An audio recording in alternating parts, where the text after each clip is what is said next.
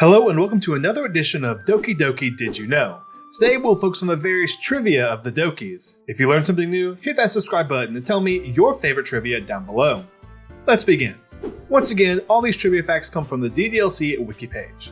First off, let's start with Monika. Did you know that Monika is purposely designed to be suspiciously out of place from the very moment the menu screen is introduced? Every girl wears white knee highs except for Monika, who wears black thigh highs. Every girl except Monika wears white and blue shoes, but Monika's are white and pink.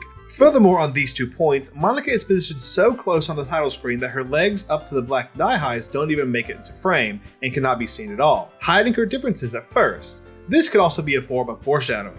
Every girl's name except Monika ends with the letter I, and is explicitly the Romanji anglicization of the transcripts which originate in the Japanese language. All the girl sprites have them facing slightly sideways, but Monika's primarily used sprite has her facing directly towards the protagonist. Monika is the only one of the girls who would never be shown outside of school or in a casual outfit. She later states that she knows this and is jealous of the other girls for having them, as well as wishing she could have worn some cute clothes for you as well. Monika is the only person to talk to the player for a little while before reading their poem, unlike the other girls who immediately read the poem after choosing them. Monika is the only character in the game to have her voice connected explicitly to the credited individual for the vocals, Jillian Ashcraft, because of direct dialogue presented before and during the credits. Hi, it's me. So you know how I've been practicing piano and stuff? And not really any good at it yet, at all. But I wrote you a song, and I was kind of hoping that I could show it to you, because I worked really, really hard on it. So, yeah. While every other character's illustration in the main menu has them doing a pose of some sort, Monika's illustration has her extending out her hand. This could be seen as a welcoming gesture for new players into her club, however it also could possibly be her reaching out to the player. Monika is the only girl to hold a pen in the main menu. This could symbolize her being the only girl to be able to write and alter the game's script. Monika is the only girl to have natural hair color, coral brown, while the other girls have unnatural hair color, with coral pink for Sori, pastel pink for Natsumi, and dark purple for Yuri. Monika is the only girl with a white hair accessory, while the others have a colored hair accessory. She is also the only girl with fully tied up hair, since Sori and Yuri's hair are loose, while Natsuki's hair only has small sections tied. It has also been noted that Monika has a bow accessory like Sori, extensively long hair like Yuri, and tied up hair like Natsuki. Monika and Sori are the only girls who experience becoming a club president and therefore becoming sentient. They are also the only 2 girls to smile on the title screen and to have natural eye color. Monika's eyes are emerald green and Sayori's eyes are sky blue. Monika's version of the song Okay Everyone debuts only the piano, fitting her character as she plays the piano. Monika is the one who authored the game's description on Steam. This is revealed to the player during Act 3. Monika's birthday is the same day that Doki Doki Literature Club was officially released, which is September 22nd, 2017. As early as Act 1, Monika has the tendency to accidentally interrupt whenever the protagonist is getting close to another girl, such as when the protagonist feeds Yuri chocolate or is reading manga with Natsuki. In Act 2, Monika starts to interrupt whenever the game glitches due to her interference. In one of the special poems, specifically Special Poem 4, an unknown writer cuts themselves, saying they understand how an omitted person feels now after doing it. The writer is implied to be Monika, with the omitted other person being Yuri. Dan Sabato later confirmed this in the first year anniversary for DDLC, stating, "This poem was written from the perspective of Monika because this is around the time Monika is really starting to experiment with morality in her universe. And she's so casual about the whole thing because at this point she feels so detached from the universe that she's in. That's almost like it doesn't even matter to her anymore." The feeling of her feeling physical pain or doing that sort of thing to herself, she describes it as exhilarating because it's something that is allowing her to feel something in this universe that has become so incredibly meaningless to her. Monika's description of what she experiences when the game is closed is due to deallocation of her memory by the operating system. When a program is no longer active, it frees the memory to be used by other programs, which will eventually overwrite parts of or all of the newly freed memory. Monika has an official Twitter account under the alias Little Mani X3. Monika's favorite color is emerald green because she feels a special connection to the color of her eyes, serving as a part of her identity, which could be a reference of the expression green with envy. Monika's favorite day of the year is Valentine's Day, or February 14th. Monika is a vegetarian because she wants to contribute to lowering the carbon footprint of the planet, which is usually caused by meat factories and other industrial markets. Although she can find out the device's administrator name, she will not reveal this name if the player is actively recording on a certain streaming program. This does not apply if the user is running on a Mac OS or Linux, as the list of programs the game checks for is hard-coded specifically for exe files. As these two OS don't use exe files, the game won't detect it. Monika stated that she would have deleted herself from the game if the player had not shown up. Soon after, when talking about introverts, she says she could be anything the player needs her to be, understanding people really well, and nothing would make her happier than being the perfect girlfriend for you. She repeatedly mentions the phrase just Monika through another character or by making the game itself show the phrase via a text box or dialogue box in an attempt to limit the player's choices, or at first convince the player Monika is the better person to focus on. Technically, the player doesn't have to delete Monika in progress. Cutting and pasting the character files into another folder outside of the game directly will have the same effect. As stated by Monika herself, Natsuki was the reason Monika started playing the piano. Monika made the song for the Literature Club called My Song, Your Note on the Piano. This song title shares the initials with the 4 club members in the order they joined: Monika, Sori, Yuri, and Natsumi. But Monika was just too shy to tell them. Interestingly enough, the conversation between her and Natsuki in the music room during the second half of the Respect side story contains some familiar lines. And I'm not really good at it yet, at all, but I wrote a song for the club, and I worked really hard on it. It doesn't have any words or anything, but, well, yeah, before she starts playing the song. These same lines, despite some differences, are the same used in the conversation from Monika to the player before the credits and Your Reality starts playing. Monika's favorite ice cream flavor is vanilla, and she often sees herself as a pushover. In one of the emails that can be obtained throughout Plus, it is revealed that Monika's name is an acronym for Monitor Kernel Access. Next up, we have Sori. Did you know that if Monika's character file, monika.chr, is deleted before the first run, Sori appears to realize that she is trapped in a game. She will then force the game to close and delete the other character files, including herself. If the player opens the game after this occurs, a black and white screen with her hanging will appear instead of the usual opening and main menu. After 10 minutes pass, text written in her handwriting will show up on the right side of the screen that says, "Now everyone can be happy." If Sayori is deleted during Act 1, a black and white screen of her hanging herself will also appear immediately if the player opens the game. In Act 4, Sayori is programmed to be the club president. However, as president, Sayori starts to exhibit self-awareness as Monika did and begins to break the game. It is of interest to note that she does not delete Natsuki or Yuri for unknown reasons, but she tries to inform an ending with just herself and the player. However, she is prevented from getting too far by Monika, who realizes that there is no way the club can be happy and then deletes the entire game. After achieving the special ending, Sayori will thank the player for spending time with all the characters and will not break the game. When the game proceeds to Act 2, Sayori's sprite in the main menu will be replaced with an amalgamation of all the other characters present, Yuri, Natsuki, and Monika. Sayori's files can be decoded into a .ogg file, which will play some sort of high, muffled screeching. Running the audio through a spectrograph will reveal a QR code, which leads to the Project Libitina website. Sayori's version of OK Everyone involves a soft flute accompanied by a ukulele and snapping in the background, most likely referring to her Genki girly type personality.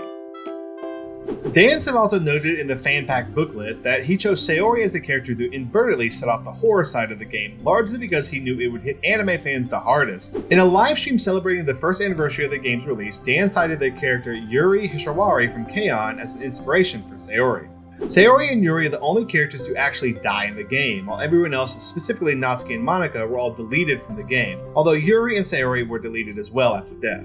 Sayori is the only character whose blazer is open. The song Sayonara is a pun on her name. If the player writes a poem for Yuri in Act 1, Day 1, then Sayori will react to the player's poem negatively, but saying she's glad he wrote one. Sayori's favorite flavor of ice cream is cookie dough, as revealed by Natsuki in the side story Respect. The most important thing to Sayori is the happiness of the people around her. She is the first person to join the Literature Club. Sayori has her favorite foods meticulously organized by categories such as snacks versus full meals or breakfast foods. Her favorite fruit is cherries, and she reacts very strongly when Monika lies about not liking them. Next, we have Yuri. Did you know that on the second day of the game, Yuri describes the book she lends to the protagonist, which also happens to foreshadow the dark events that will happen in the game. However, on the second day of Act 2, her description of the book changes drastically, becoming more and more of a horror novel, much like the game itself. Despite having a large collection of knives, Yuri stabs herself with a large, simple kitchen knife, rather than an intricate or exotic one, like the one she shows the protagonist during Act 1. Dan Savalto confirmed in a Reddit Ask Me Anything that this was an artistic error. Yuri's character file is written in base 64 and can be decoded into a story. Yuri's version of the song OK Everyone features a significantly different tone compared to the rest of the Literature Club. It features a harp and a cello to symbolize her sophisticated nature and poetic style. Her version is also notably more withdrawn, also reflecting her shrinking violent personality. Yuri is known to suffer from frequent back pains. The protagonist assumes that it's because of her bad reading posture. Previous conversations with Yuri, as well as her awkwardness leading up to the assumption, implies that it's actually due to her large breasts. A piece of evidence leads up to the assumption that Yuri is one of the two characters, the other being Monika, to have voice associated with them, but also the only character in the game not to have a specific connection to the individual credited, Jillian Ashcraft. During Yuri's confession to the protagonist in Act 2, 10-Yuri.ogg would play, which contains a giggling from a female representing Yuri's unhinged state of mind. Since the connection between the vocals Yuri and Ashcraft are not explicit, it cannot be determined if it was from Ashcraft or a free stock sound effect. In the main menu artwork, Yuri seems to have two right feet. This is likely an artistic error. In the scene where Yuri is stabbing herself, the knife handle is black, but when we see her corpse later on the ground, the handle appears to be brown. This is either an artistic error or because the handle became covered in dried blood. Most of Yuri's glitches/corruptions have something to do with, ironically, her eyes. Example being her bleeding from her pupils, having hyper-realistic eyes without pupils, one of her eyes floating away from her face, etc. In the PS5 version of the game, Yuri's blood was censored in the stabbing scene. As a result, her blood is black instead of red. In the self-love, Yuri's favorite ice cream is revealed to be a combination of chocolate and raspberry. It is confirmed in reflection that Yuri is left-handed. Yuri's favorite book genre is fantasy, and Yuri's favorite cupcake flavor is green tea, which is later revealed in self-love. Next up, we have Natsuki. Did you know that it is implied that Natsuki is an abusive father, ranging from being extremely strict in Act 1 to extremely physically abusive in Act 2, and you can see it via the following. Natsuki prefers to stay at the Literature Club rather than at home, and is visually worried about fading into the background if more people would join the club, even asking Monika to let her know in advance when a new member joins. Natsuki implies that her father finds the manga useless and fears what would happen if he caught her reading it. This is also explained why she keeps a manga collection in the classroom closet. Her father wants her home no later than a specific time. When preparing for the festival, Natsuki states that her father would kill her if she brought a boy to their house, which is why she went to the protagonist's house to make cupcakes. This implies that he's controlling over having friends over, or having relationships. By extension, she says that she can't do anything when her dad is home. Monika's alterations to Natsuki's negative traits in Act 2 intensify her father's abusiveness, evident by Natsuki's bolded, "My dad would beat the shit out of me if he saw this" comment, and Monika's guess that Natsuki's father does not give her money or lunch as she departs to school, resulting in her malnutrition and short stature. Related, Natsuki passes out in the Literature Club room, prompting Monika to give her a protein bar, saying that it happens often enough that Monika keep one in her bag just in case it happens again.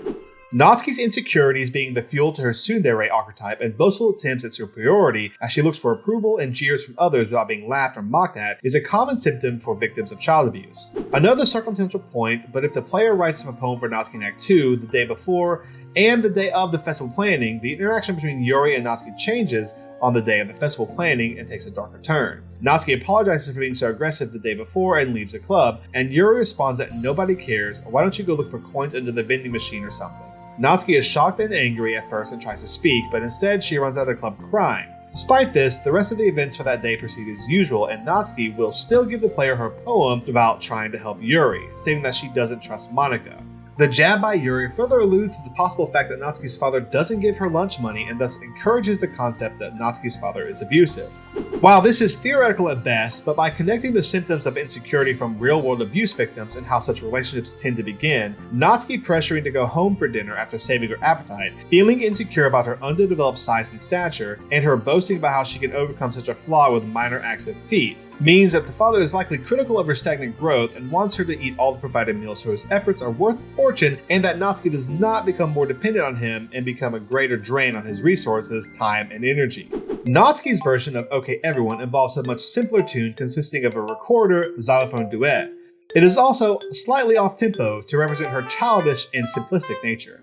Her poems are usually the shortest and most childish of the group, with playful and simple music contrasting the message of the poems, which are usually more hard-hitting and serious. In the manga Parfait Girls, Natsuki's favorite character is a girl named Minonori, who she claims to be particularly unlucky. Dan Savalto has stated that he wished he could have added more content to Natsuki's character.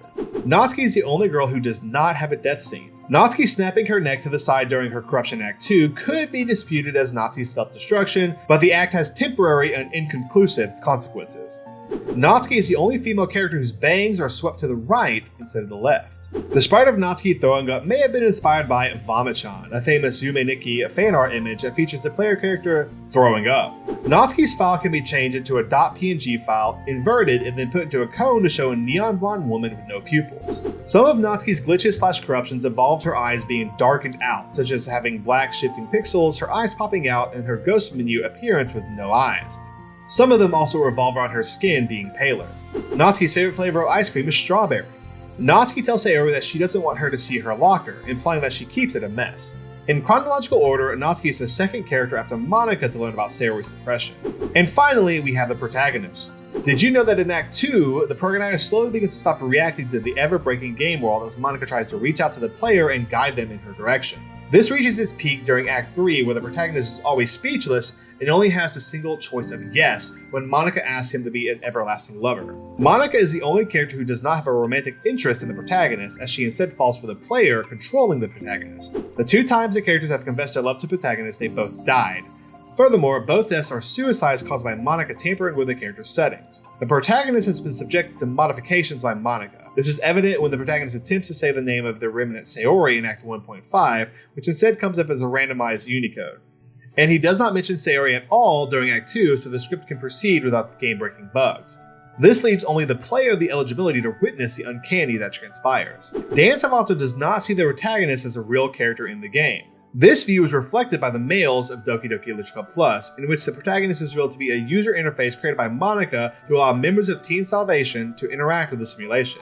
This also explains why the protagonist is not present in any of the side stories, as they take place in an alternate simulation in which Monika is not self-aware. Sayori does, however, mention a friend of hers in the first story. As Metaverse Enterprise Solutions employee note, the protagonist is an artificial creation of Monika's that was only created because she knew she was in a game and needed a way to communicate with the game's player. If the player tries to not name the protagonist in the console version, such as PS4, the game will automatically give him the name Player. Did you know all these trivia facts about the characters from DDLC? And which is your favorite trivia? Let me know in the comments down below. Be sure to subscribe for more Doki Doki Did You Know?